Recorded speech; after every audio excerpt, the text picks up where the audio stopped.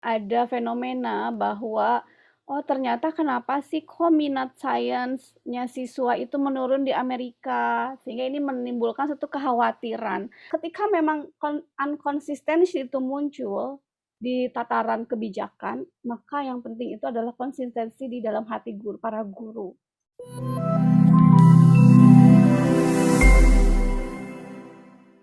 Assalamualaikum warahmatullahi wabarakatuh. Selamat datang di acara Talks at Aksar bersama saya Andini Sarahmaniar. Hari ini kita akan membahas mengenai STEM Education. Nah, untuk Aksarians mungkin ada yang belum tahu STEM Education itu apa, langsung saja kami undang salah satu expert dari bidang STEM Education ini, Ibu Rahma Suwarma. Selamat datang, Ibu. Selamat datang, halo selamat pagi semua, apa kabar? Alhamdulillah baik, Ibu. Ibu apa kabar? Alhamdulillah sehat insya Allah. Setahu Andin Bu ya, Ibu kan research interest-nya ini di bidang STEM Bu ya. Ya. Mungkin Aksarians atau orang baru hanya tahunya kalau STEM itu singkatan dari Science, Technology, Engineering, and Mathematics. Nah sebenarnya Ibu, STEM Education ini, oh ya sebelum itu, Bu Irma ini salah satu dosen di Universitas Pendidikan Indonesia, dan kebetulan saya merupakan dulunya mahasiswanya Ibu. Oke, selanjutnya Bu ya, untuk pengetahuan Aksarian ini, bisa Bu dijelaskan STEM education itu apa sih Bu? Oke, tadi sudah Andin katakan ya, kalau STEM itu sebenarnya singkatan dari S-nya Science, T-nya Teknologi, E-nya Engineering, M-nya Matematik. Semuanya kan itu disiplin ilmu yang memang sudah ada sebenarnya dari sejak dulu. Hanya terkadang apa namanya hanya dijadikan sebagai suatu slogan saja, gitu kan, sebagai suatu akronim saja. Ada dari tahun 1960 dulu sudah dikembangkan oleh NSF di Amerika. Namun kemudian karena ada fenomena bahwa oh ternyata kenapa sih kok minat sainsnya siswa itu menurun di Amerika, sehingga ini menimbulkan satu kekhawatiran. Akhirnya dicetuskanlah menjadi satu reformasi ya di Amerika itu STEM education. Nah, apa bedanya STEM as a slogan, STEM as an acronym dengan STEM sebagai STEM education? Nah, artinya di sini punya tujuannya nih ketika masuk ke dalam satu pendidikan. Nah, tujuannya ada 4 kata kunci. Nah, kata kunci yang pertama itu ada pengetahuan, sikap, kemudian keterampilan. Nah, kata kunci yang keduanya itu adalah memahami. Memahami apa? Memahami karakteristik dari STEM-nya itu. Jadi orang yang memang mengintegrasikan STEM, pendidikan STEM di sekolahnya, maka siswa-siswanya akan memiliki kedua kata kunci ini dulu, ada pengetahuannya, kemudian ada sikapnya, membangun sikapnya, keterampilan, kemudian pemahaman tentang STEM itu nanti di masa yang akan datang seperti apa. Kemudian yang ketiga itu ada awareness. Awareness itu kepekaan. Artinya peka terhadap lingkungan, peka terhadap isu-isu STEM. Artinya begini, kalau sebagai contoh nih ya, karena dulu saya di Jepang kan sekolahnya, pemerintah Jepang sudah sangat aware nih dengan, bagaimana cara mengelola suatu lingkungan, agar lingkungan itu bersih, nyaman, gitu ya. Sebagai contohnya kalau di Jepang itu, solokan tuh kan bersih, rapi, sampai sampai bening gitu ya, karena, apa namanya, sampai bisa ditanamin ikan. Kok bisa kayak gitu ya? Gitu kan. Padahal sama-sama dengan kita gitu ya, pembuangannya sama, apa yang dilakukannya pun sama. Nah, kenapa? Karena mereka punya awareness. Nah, awareness terhadap lingkungan ini didukung oleh tadi pemahaman tentang STEM-nya dan juga pengetahuannya, gitu kan. Nah, yang keempat itu adalah engagement. Jadi, kalau siswa yang memang dia sudah dapat nih STEM education-nya, maka dia akan tertarik terus nih sama semua isu-isu STEM gitu. Apapun yang terjadi dengan perkembangan STEM itu mereka akan ter-engage dengan baik dan akhirnya akan nge-shape suatu attitude, suatu sikap, suatu keterampilan yang memang bisa sesuai dengan tuntutan zaman, harapannya gitu. Karena kan sekarang teknologi sudah sangat berkembang ya gitu dan kita manusia harus bisa beradaptasi dengan perkembangan itu. Itu sih sebenarnya. Jadi sebenarnya STEM itu bukan hanya tentang slogan Bu ya, tapi itu lebih dalam lagi maknanya. Dan juga tadi kan Bu sebut kalau misalnya awalnya itu dicetuskan itu waktu tahun 1960 di Amerika Bu ya. Nah bisa dijelaskan Bu sejarahnya nih. awal mulanya STEM education itu ada di Amerika ini? Oke. Kalau STEM education-nya itu mulai tahun 2000-an ya, ketika masa Presiden Obama memimpin gitu ya. Nah, tapi kalau slogan STEM-nya itu sendiri itu ada tahun 1960. Dari NSF dulu ada suatu perkumpulan, ceritanya perkumpulan asosiasi untuk para ilmuwan, technician, engineer, semua bersatu gitu dalam satu kolaborasi dan asosiasi. Nah, mereka tuh bingung nih mau namain apa nih, kegiatan itu. Kalau SMAP jadinya jelek gitu ya. Kalau misalkan, yang lain juga nggak terlalu familiar, akhirnya mereka pakainya STEM lah muncul, Science, Teknologi, Engineering, Mathematics. STEM Mhm. itu masuk ke art masuk, masuk ke scientist masuk gitu ya. Jadi, istilah STEM ini bisa global sifatnya, kepada siapapun, baik itu sebagai kepada scientist, kepada technician, engineer, itu semua bisa masuk. Itu tahun 1960 oleh NSF, National Science Foundation-nya Amerika. Nah, sedangkan ketika zaman Obama, Presiden Obama tahun 2000, beliau melihat bahwa, wah ini kayaknya, minat STEM-nya menurun nih, ada apa nih gitu kan. Ternyata dia katakan bahwa, oh standar yang selama ini sudah dipakai di Amerika itu ternyata tidak mampu untuk membuat siswa interest sama science. Nah, gimana nantinya kalau misalkan semua orang tidak setuju, tidak suka tentang sains, siapa dong yang akan jadi scientist ke depannya? Kata Obama waktu itu kan. Hanya Mhm. manggillah, para pakar pendidik nih harus kayak gimana, ya udah dicetuskanlah yang namanya Sputnik Moment dari yang STEM education itu. Akhirnya jadi mendunia, mulai dari Amerika, mereka menyiapkan dari tahun 2000 mereka mulai, tapi baru siap standarnya itu NGSS-nya itu di 2013 gitu. Jadi mereka tuh memang waktunya nggak apa ya, nggak langsung tiba-tiba dadakan gitu, nggak. Tapi mereka melihat dulu, mereka bikin standarnya pun itu by proses gitu ya, nggak langsung ujug-ujug gitu ya. Dan itu Iya. diuji cobakan dulu gitu, 2013 baru baru ada yang namanya Next Generation Science Standard. Nah itu diharapkan ke depannya, eee, di Amerika muncul saintis-saintis, karena kan sekarang di Amerika ketika Andin di Amerika, saintisnya itu banyaknya datang dari mana? Pakistan, India, Iya, Bangladesh, nggak ada loh yang international students Amerikanya. banyak kan? Ya, terus makanya itu akhirnya mereka khawatir dong gitu dengan keadaan itu. Itu sih sejarahnya di situ. Berarti emang dari ini Bu ya, dari minatnya American sendiri yang kurang emang waktu di Amerika sendiri pun lebih banyak yang concern ke science tuh emang international students Bu ya.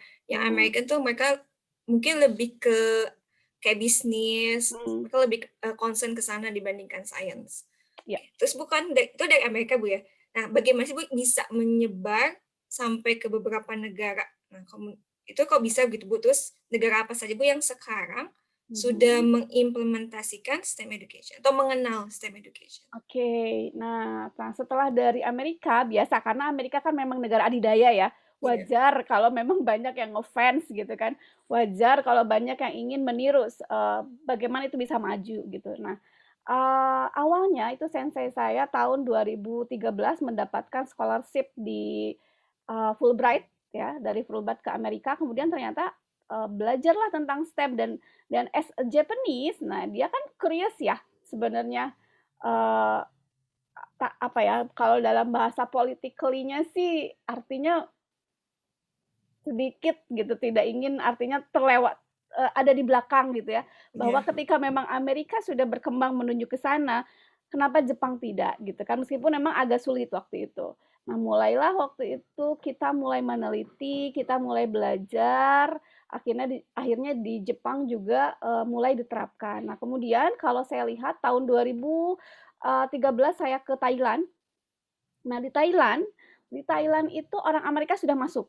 Jadi, orang Amerika sendiri yang langsung melatih tentang perkembangan STEM di Thailand. Waktu itu saya ke Kasetsart University dan, siswa doktorat di sana bercerita banyak gitu bahwa memang perkembangan STEM di, Thailand khususnya itu diatur atau ada interviewer dari, orang Amerikanya, interviewernya gitu. Jadi Mmm, mereka mau gitu, mereka mau dibina dan dilatih oleh orang Amerikanya langsung. Jadi memang orang Amerikanya pun menyebarkan gitu ke banyak negara sampai akhirnya ke Eropa kan.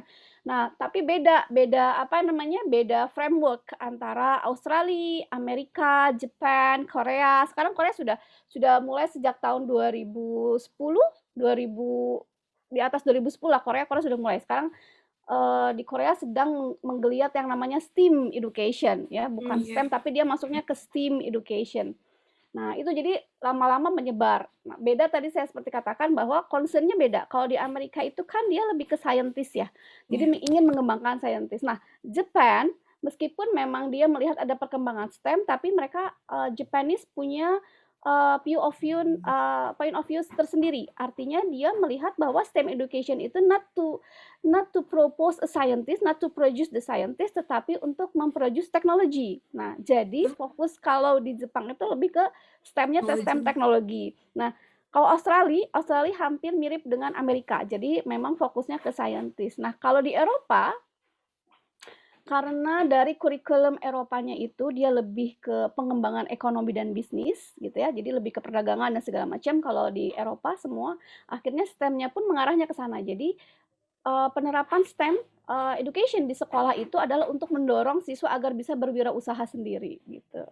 Oh, Gitu. jadi setiap negara punya fokus masing-masing, Bu, ya? Ya, of course, beda-beda tergantung konteksnya. Iya. Makanya di Indonesia juga saya coba dari tahun 2013 itu saya coba perkenalkan, kemudian coba mencari sebenarnya Indonesia konteksnya mau lebih kemana sih gitu. Kita harus punya jati diri karena kata sensei saya Iya. bilang, "Ketika kamu adaptasi jangan jangan mengcopy tetapi find out what is your dominant and then take it as your purpose of your development," katanya gitu deh. Jadi ya harus disuruh Hmm. cari yang bedanya apa sih gitu yang memang sesuai dengan konteks Indonesia gitu. Dan disesuaikan juga sama kemampuan negaranya juga, Ibu, ya? Nah, Berarti budayanya kita kan beda. budayanya juga ya.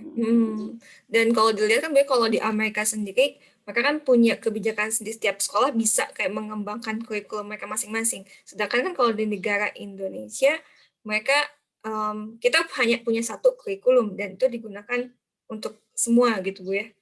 Nah, Bu, Oke. Ya, tapi ada isu baru loh.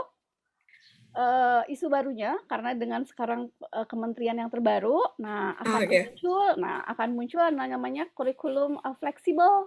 Jadi Ah, di Undang-Undang tahun 20 nomor 3 tentang kurikulum itu ada poin nomor 3 kalau tidak salah bahwa kurikulum itu harus fleksibel, disesuaikan dengan kebutuhan siswa, disesuaikan dengan diversifikasi yang ada di setiap wilayah di Indonesia. Jadi bisa sih. wah, jadi berarti ada kemungkinan STEM education ini bisa diterapkan, Bu, ya, di Indonesia juga. Ya, ya harusnya, harusnya.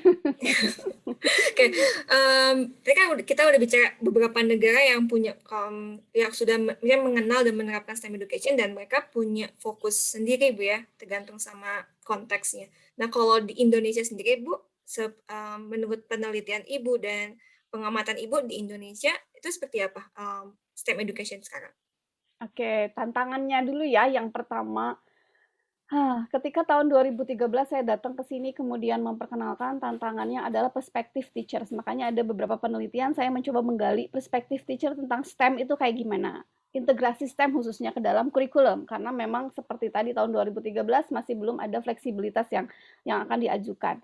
Sehingga kita harus masih tetap mengacu kepada konten-konten yang memang harus diberikan kepada siswa. Nah, akhirnya yang menjadi tantangan paling berat adalah untuk merubah perspektif bagaimana cara mengintegrasikan STEM education pada guru-guru, sehingga diperlukanlah pelatihan-pelatihan yang banyak gitu ya, untuk memberikan ide-ide inspiratif pada guru-guru gini nih, melihat dari KD ini cara implementasinya begini gitu kan ya, integrasinya kayak gini gini gini gitu. Itu yang pertama challenge-nya. Jadi challenge terbesar menurut saya itu ya adalah perspektifnya. Jadi gimana cara membangun perspektif guru nih bahwa ini tuh nggak sulit loh dikembangkan gitu. Jadi dari beberapa penelitian ketika saya tanya ini sulit nggak sih? Nah, sebagian memang baru baru mendengar, baru melihat, belum pernah mengimplementasikan, mereka mengatakan itu sulit. Tetapi untuk guru yang memang sudah 2 atau 3 kali mengimplementasikan, mereka bilang nggak terlalu sulit, ya masih di dalam tengah-tengah Iya. gitu kan. Tapi ketika ditanya, apakah menurut Anda bahwa STEM itu penting? Mereka jawab semua penting. Jadi hampir 90% semua guru mengatakan bahwa STEM education is important gitu kan. Mereka sadari bahwa itu penting, tetapi kendala yang memang dihadapi adalah mungkin bagaimana kita memberikan contoh yang lebih banyak tentang integrasi ke dalam kurikulumnya seperti apa. Integrasi STEM-nya itu mau bagaimana? Apakah itu secara multidisiplin, interdisiplin, maupun transdisciplinary. Itu yang paling berat. Berarti emang, diawali dari perspektif gurunya sendiri, Bu, ya? Karena ya Mhm, memang ketika guru mendengar satu ide baru, kadang mereka udah mundur duluan, Bu, ya, udah kayak mhm. takut duluan sehingga mereka tidak mau mencoba, gitu ya. Dan kalau berdasarkan penelitian Ibu nih ya, bagi guru yang sudah mengimplementasikan STEM sendiri, itu bagaimana, Bu? Ah, kalau guru yang memang sudah mengimplementasikan, mereka enjoy sebenarnya, karena ini akan membantu apalagi sekolah ya, sekolah yang Mhm, memang sudah benar-benar open, kemudian dia kemudian membangun STEM, itu sebagai suatu program, artinya mereka punya kurikulum sekolah, karena memang dari tahun 2018 itu kan sudah boleh ada kurikulum sekolah, gitu kan, bahwa sekolah membangun kurikulumnya sendiri, tapi berdasarkan kurikulum yang memang kurikulum 2013 gitu. Nah, ketika itu sudah bisa menjadi program sekolah, maka itu akan membantu banyak pihak. Karena seperti yang mungkin sekarang sedang banyak terjadi collaborative assessment. Jadi ada kerjasama antar mapol gitu kan untuk membahas satu tema. Nah, tema inilah yang akhirnya nanti bisa melatihkan pengetahuan dan juga keterampilan yang sama, sehingga akan terintegrasi yang namanya interdisiplin dan multidisiplin. Jadi di sekolah itu nggak jalan lagi masing-masing nih, matematika mhm, jalan matematika masing-masing gitu kan, guru IPA masing-masing. Padahal sebenarnya kan secara disiplin itu mereka saling membutuhkan. Ya enggak? Nah, jadi iya. makanya kalau yang memang sudah pakai itu enak sekolahnya. Jadi ketika misalkan kasih satu project, tapi bisa dipakai penilaiannya buat bersama, buat guru matematika bisa, buat guru IPA bisa, buat guru bahasa Inggris bisa, bahasa Indonesia bisa gitu. Sampai kesenian juga bisa gitu. Sebenarnya kalau udah pakai udah enak. Iya, jadi sebenarnya STEM education sebenarnya memudahkan Bu, ya, memudahkan guru-guru sekolah dalam, apa ya, kayak mengembangkan siswa-siswa di sekolah juga Bu, ya. Ya. Dan juga Bu, apakah STEM kan tadi kan digabung, biasanya kan kalau sekarang yang menggabung kayak kayak istilahnya tematik Bu, ya, itu kan di SD Bu, ya. Hmm. Sedangkan SMP, SMA, yang sekarang beberapa sekolah masih berpisah matematika, IPA. Nah, itu bisa nggak sih Bu, STEM education ini diterapkan di semua jenjang sekolah? Bisa, harusnya bisa. Itu tergantung dari kebijakan tadi, kebijakan dari sekolahnya nih. Kalau misalkan dia sudah mau mendukung programnya, maka dia akan, membuat suatu kegiatan. Kan biasanya kalau kalau di sekolah tuh sebelum semester tuh mereka suka raker dulu ya, rapat kerja dulu atau in-house training dulu. Nah, di situlah akan didiskusikan, akan dibuka, KD-nya, akan dibuka kurikulumnya, konten apa saja sih yang bisa dikerjasamakan gitu kan. Konten apa saja sih yang bisa dikolaborasikan antara matematika, fisika, kimia, biologi gitu kan. Karena di kimia ada energi, di fisika ada energi juga bisa, di biologi juga sama, tetapi fokus kajiannya kan yang berbeda gitu. Tapi Iya, kita lihat bisa nggak sih gitu. Cukup satu aja dalam satu semester dulu gitu untuk Indonesia saya hanya mentargetkan satu kali aja dulu dalam satu semester kalau yang baru awal-awal gitu untuk mereka berkolaborasi saling mengkaitkan satu dengan yang lainnya itu satu aja dulu jadi bisa sebenarnya gitu mau di TK juga bisa karena kan di sini teknologi di sini jangan dianggap sebagai sesuatu yang memang high tech tetapi dari iya, low tech mhm, juga bisa kan jadi misalkan mhm. menggunakan gunting dan segala macamnya yang penting engineering praktisnya itu bisa dilatihkan dari mulai jenjang paling rendah sampai yang paling tinggi karena di Amerika juga itu sudah dari Iya, kindergarten kan iya. gitu. Harusnya bisa sih di kita juga. Iya sih, Bu, jadi emang STEM ini kan kadang ada yang apa ya, berpendapat kalau STEM ini harus menggunakan teknologi tinggi.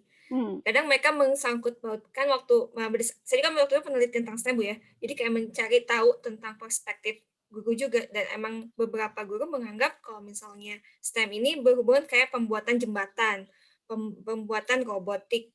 Jadi lebih ke high tech gitu, Bu. Apa, Hmm. guru-guru di Indonesia itu, ada beberapa yang masih berpikiran seperti itu, tapi Hmm. pada kenyataannya STEM education ini enggak kayak gitu, Bu, ya.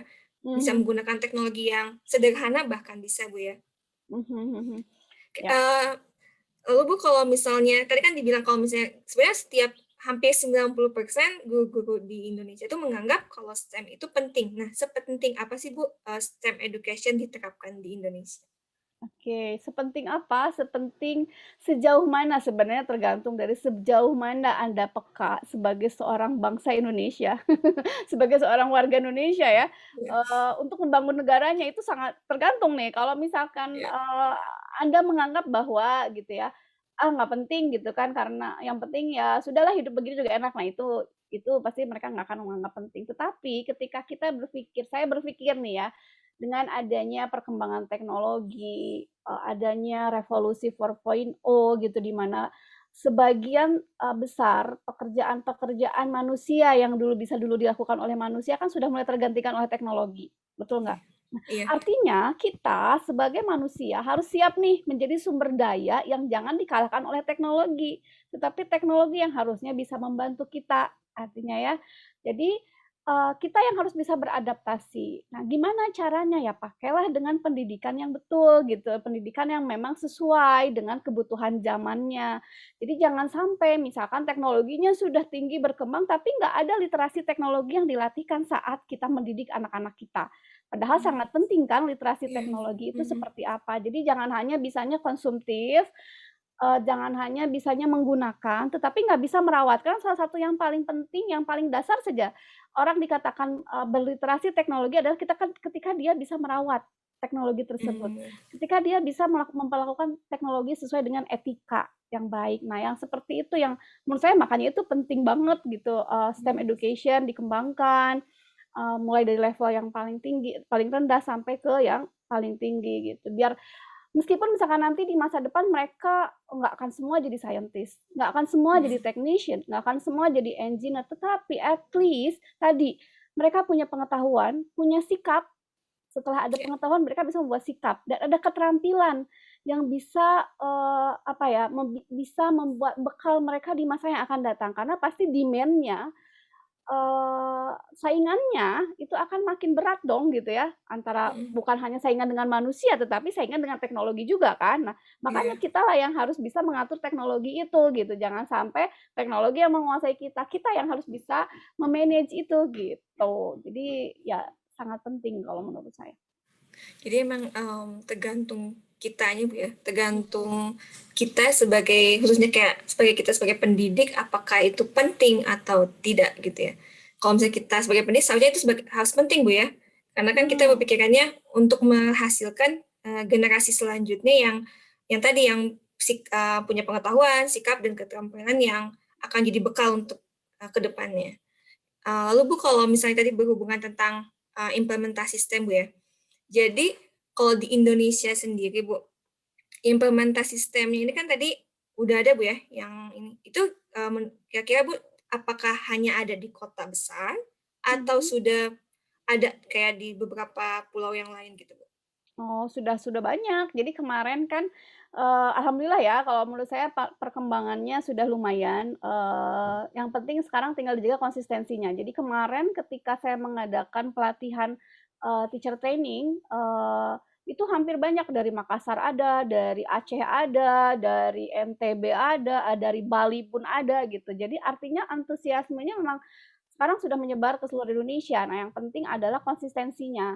Kita memberikan, contoh-contoh, kita memberikan, apa ya, best practice-nya seperti apa, karena memang, kendala yang banyak dihadapi itu adalah ketika, mengimplementasikannya dalam satu konten ini gimana sih cara mengintegrasikan STEM-nya nih dalam konten materi Mhm. ini. Nah, itu yang memang, bisa menjadi kendala yang sangat besar buat para guru ya, karena itulah fungsinya pihak universitas sebenarnya untuk memberikan pengetahuan, untuk memberikan solusi-solusi, contoh-contoh gitu. Makanya juga harus ada komunitas nih gitu. Jadi mungkin nanti dari Aksar School bisa punya ide bikin community, teachers community, STEM teacher community gitu yang bisa mereka berbagi pengalaman dengan untuk konten ini saya ngajarinnya kayak gini loh, untuk konten ini saya ngajarinnya kayak gitu loh gitu. Itu mungkin akan lebih jadi ide yang menarik gitu.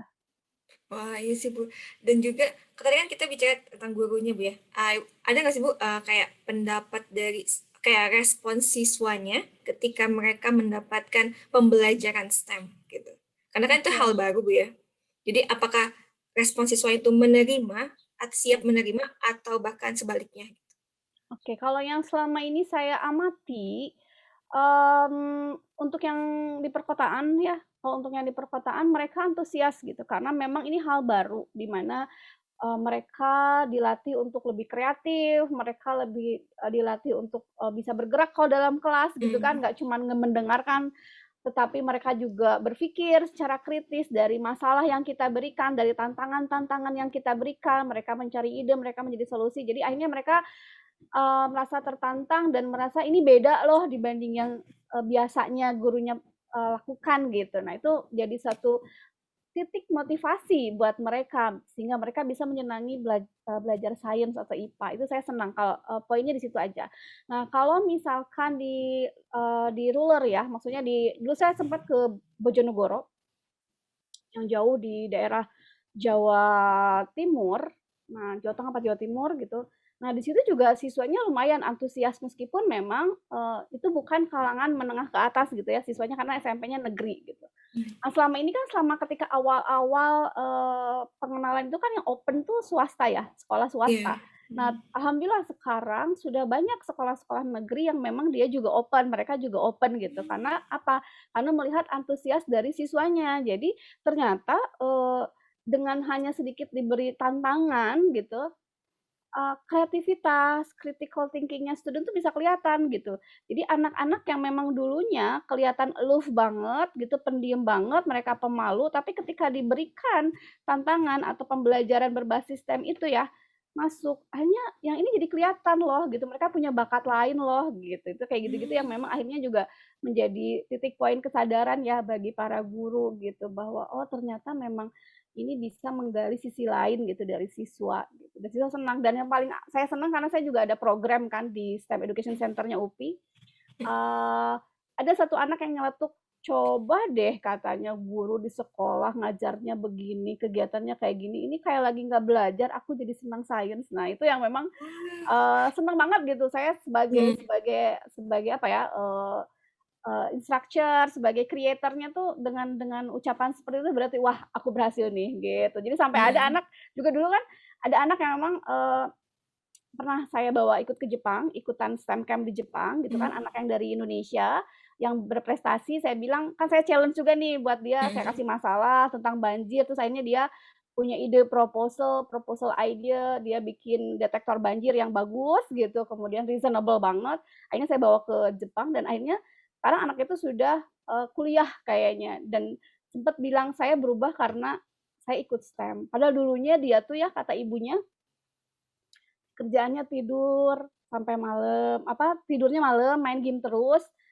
tidurnya baru jam 2 malam, tiap ke sekolah tiap hari nggak pernah berhenti dihukum karena kesiangan terus, datangnya jam 8 terus.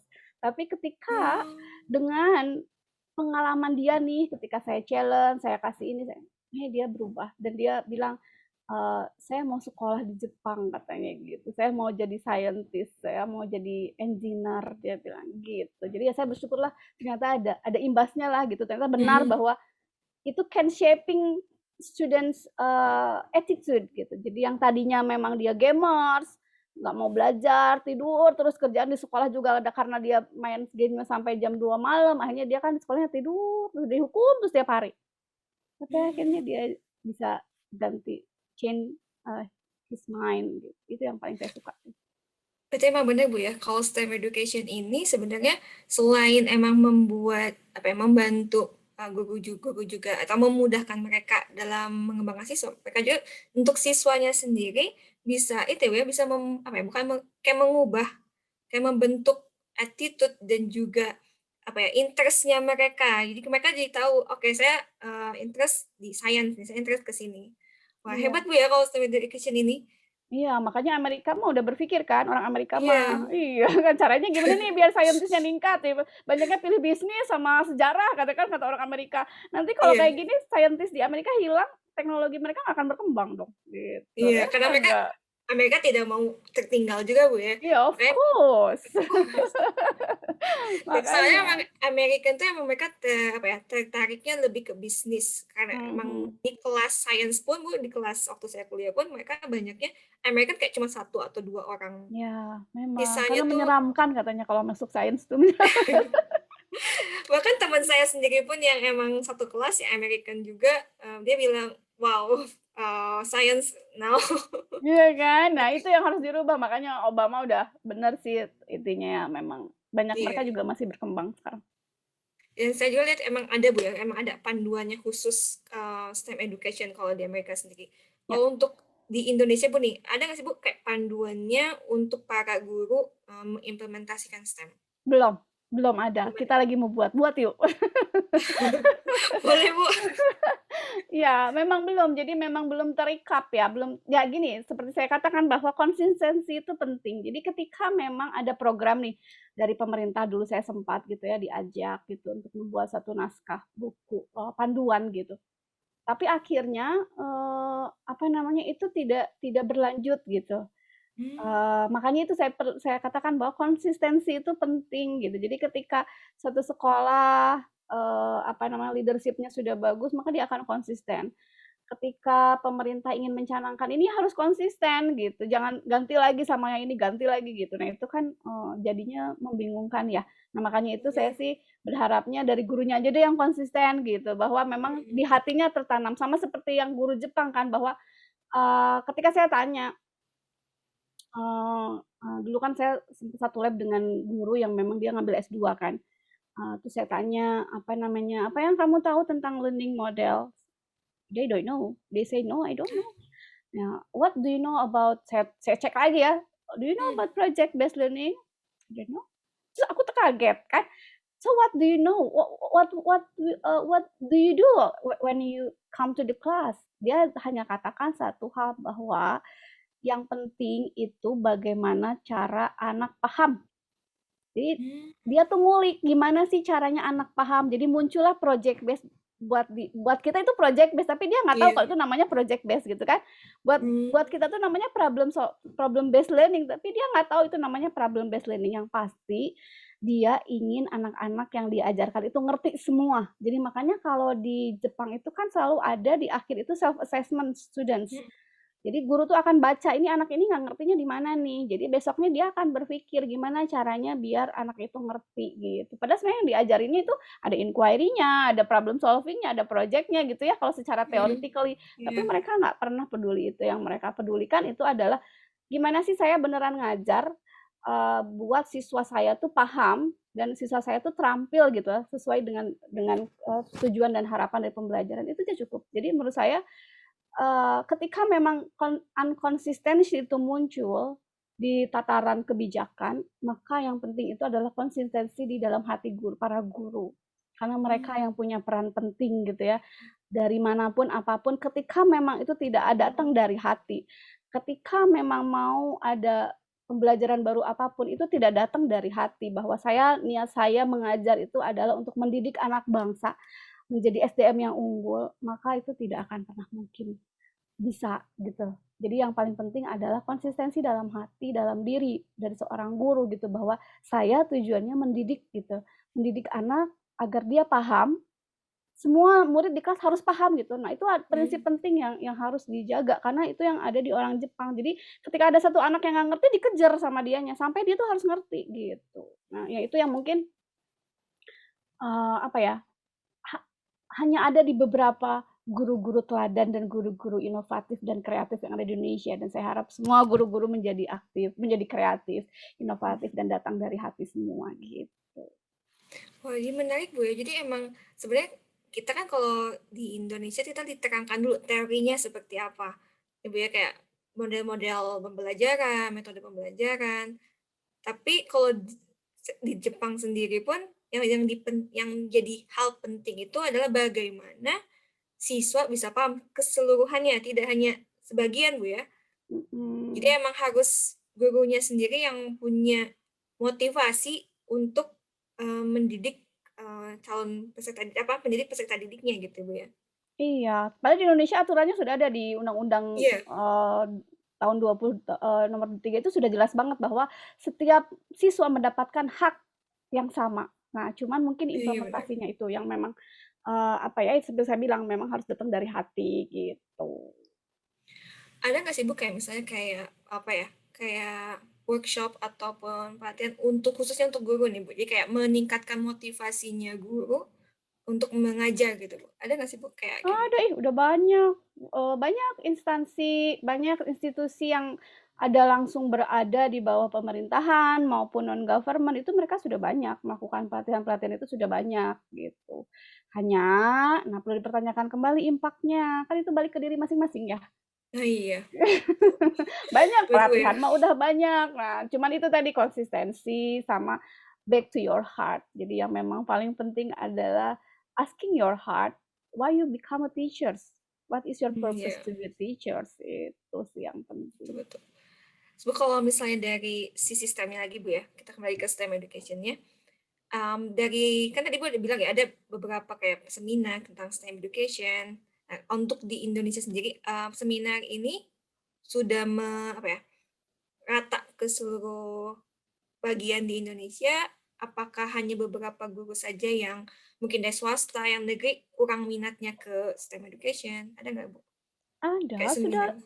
kalau seminar kita kemarin, tema yang tahun kemarin almost every university ngangkatnya STEM, tahun kemarin ya. Dari Mhm. Aceh pakainya STEM karena, Aceh kebetulan, dapet dana dari Amerika, dari USAID. Oh, Kemudian kita juga di UPI juga sempat, apa namanya, seminarnya tentang STEM. Yang tahun ini, eee, juga ada beberapa universitas yang memang, concern juga tentang STEM.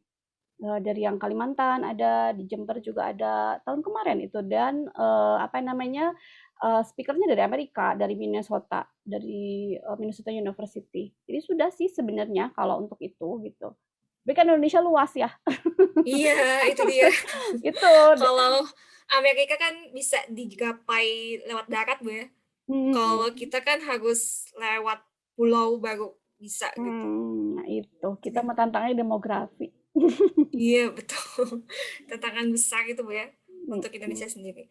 Nah, kalau tadi kan gurunya udah, siswanya udah. Nah, berarti, menurut Ibu nih ya, saran Ibu untuk ke depannya tentang stakeholder di bidang pendidikan, itu gimana sih, Bu, tentang urgensi dan penerapan STEM education di Indonesia ini? oke. Nah, kalau saya melihat mulai dari tujuan pendidikan Indonesia di dalam kurikulum, itu sudah sangat baik sekali. Jadi, apa yang dituliskan itu sudah sangat baik. Aturan-aturan seperti tadi Undang-Undang Nomor 20, Undang-Undang Tahun 20 Nomor 3, itu juga di dalamnya sudah sangat terperinci, apa makna pendidikan, apa fungsi kurikulum, apa haknya siswa, apa haknya guru, itu sudah sangat sangat, jelas ya di situ dan itu Mhm, sudah sangat baik sebenarnya untuk, tatanan, framework atau wadah, hukumnya itu sudah ada.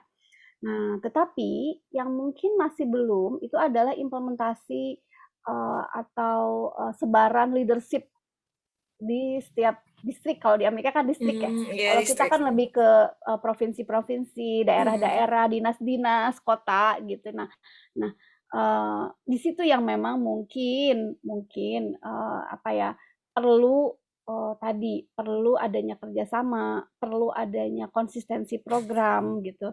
Sehingga nanti ketika turun ke bawah, itu menjadi hal yang menguatkan untuk bagian mhm, bawahnya. Jadi di atas sudah bagus nih, wadahnya sudah bagus nih, undang-undangnya sudah ada, iya, segala sudah ada. Hanya ketika turun ke bagian leadership di, bagian-bagian bawahnya, sebelum ke bagian yang satuan pendidikannya, nah itu yang memang, mungkin perlu ada, apa ya, kerjasama, perlu ada konsistensi, perlu ada, pembicaraan bersama programnya mau seperti apa, gitu kan. Sebenarnya pemerintah udah bagus kan, udah banyak mhm, apa ya, slot-slot yang disediakan gitu, hanya tinggal memanfaatkan dan karena memang tadi saya katakan bahwa, kita punya bonus demografi yang menjadi tantangan besar buat kita gitu, bahwa kita juga punya culture yang berbeda-beda.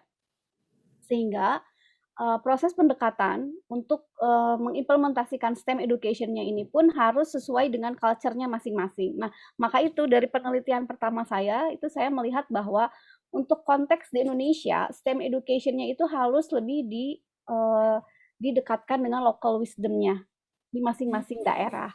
Jadi ketika misalnya kita datang ke Bali gitu kan, ketika memahamkan tentang, STEM education, bahwa STEM itu ada loh sejak dulu gitu. Contohnya apa? Oh, nih ada yang irigasi yang di Bali itu kan sebenarnya itu mhm, adalah bentuk dari STEM. Jadi mereka paham dulu ke situ, oh ternyata mereka ke-engage. Dari situ baru kita akan coba sisipkan, gimana cara melatihkan engineering-nya ini nih ke para siswa. Nah, itu mulai dari stakeholder yang, bagian atasnya nih, gitu. Jadi mhm, ketika memang, oke, program pelatihan sudah ada, setiap sekolah punya MGMP. Di seluruh Indonesia punya MGMP. Setiap satuan pendidikan ada MGMP-nya ya, mulai dari MGMP lokal sampai MGMP regional. Nah, yang perlu itu adalah bikin suatu program yang memang bisa bisa menurunkan, bisa mencapai tujuan-tujuan yang sudah dicanangkan oleh pemerintah dalam undang-undang tadi gitu, dalam kurikulum tadi. Padahal kurikulumnya udah sangat baik sekali gitu, Iya. sudah jelas gitu, sesuai dengan tuntutan zaman dibuatnya gitu isi dari kurikulum tersebut. Hanya implementasinya itu yang terkadang bikin membingungkan buat yang bagian bawah. Nah, ketika bagian bawah bingung, nah bagian tengah ini nih yang stakeholder ini yang bisa harusnya menjadi jalan pembuka agar yang bagian bawah nggak bingung gitu. Hmm. Jadi Jadi, bikin program kalau bisa gitu. Jadi ada konsistensi lah gitu, jadi pemantauan. memang apa ya, ada berkesinambungan Bu ya, dari atas sampai penyelenggaranya juga, sampai bahkan siswanya pun harus ikut berkontribusi dalam penerapan STEM education ini Bu ya. Ya, Jadi nggak bisa terpisah, nggak bisa kayak kurikulum ke kurikulum aja gitu ya pemerintah. Terus lalu ditinggalkan dan bagaimana nggak dikasih arahan lagi untuk yang bawah-bawahnya gitu. ya harus berkesinambungan. Oke. Wah Ibu, terima kasih banyak Bu ya, untuk waktunya dan sangat, apa ya, mencerahkan. Jadi, membuka pemikiran mungkin saya sendiri dan juga mungkin para aksarian sini yang mendengar dan menonton acara ini, bahwa STEM education ini bukan hanya sebagai slogan Bu ya, dan STEM education ini, punya makna yang lebih dalam yang membuat kita apa ya, sebagai pendidik ingin menghasilkan generasi yang tadi, yang selain punya pengetahuan, keterampilan, sikap, dan awareness-nya juga ada, dan ada engagement dari para siswanya sendiri. Wah, Oke, terima kasih Ibu, untuk sama-sama. ilmunya, semoga ilmu yang dari Ibu bermanfaat, Oke. bagi kita dan khususnya bagi saya dan juga bagi para aksarian di sini. Terima kasih Bu Oke, atas waktunya. baik. Sebelum ditutup, saya mau memberikan sesuatu nih buat Aksarian. Siapa tahu bermanfaat. Ini ada Math and Science Creative Teaching Tool. Nah, Wah, kebetulan saya ada kerjasama dengan pihak Korea karena STEM Education Center-nya UPI punya kerjasama dengan pihak Korea dan juga Jepang. Nah, ini saya kasih dulu sebagai ucapan terima kasih karena sudah mau mengundang saya sebagai narasumber di Aksarian. Terima kasih dan saya kirim ya ke oke. Aksarnya.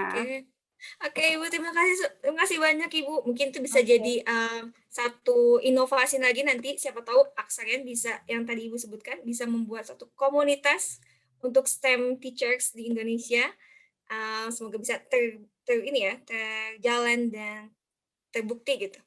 Oke, Ibu, terima oke. kasih, Ibu, atas waktunya. Baik, sama-sama.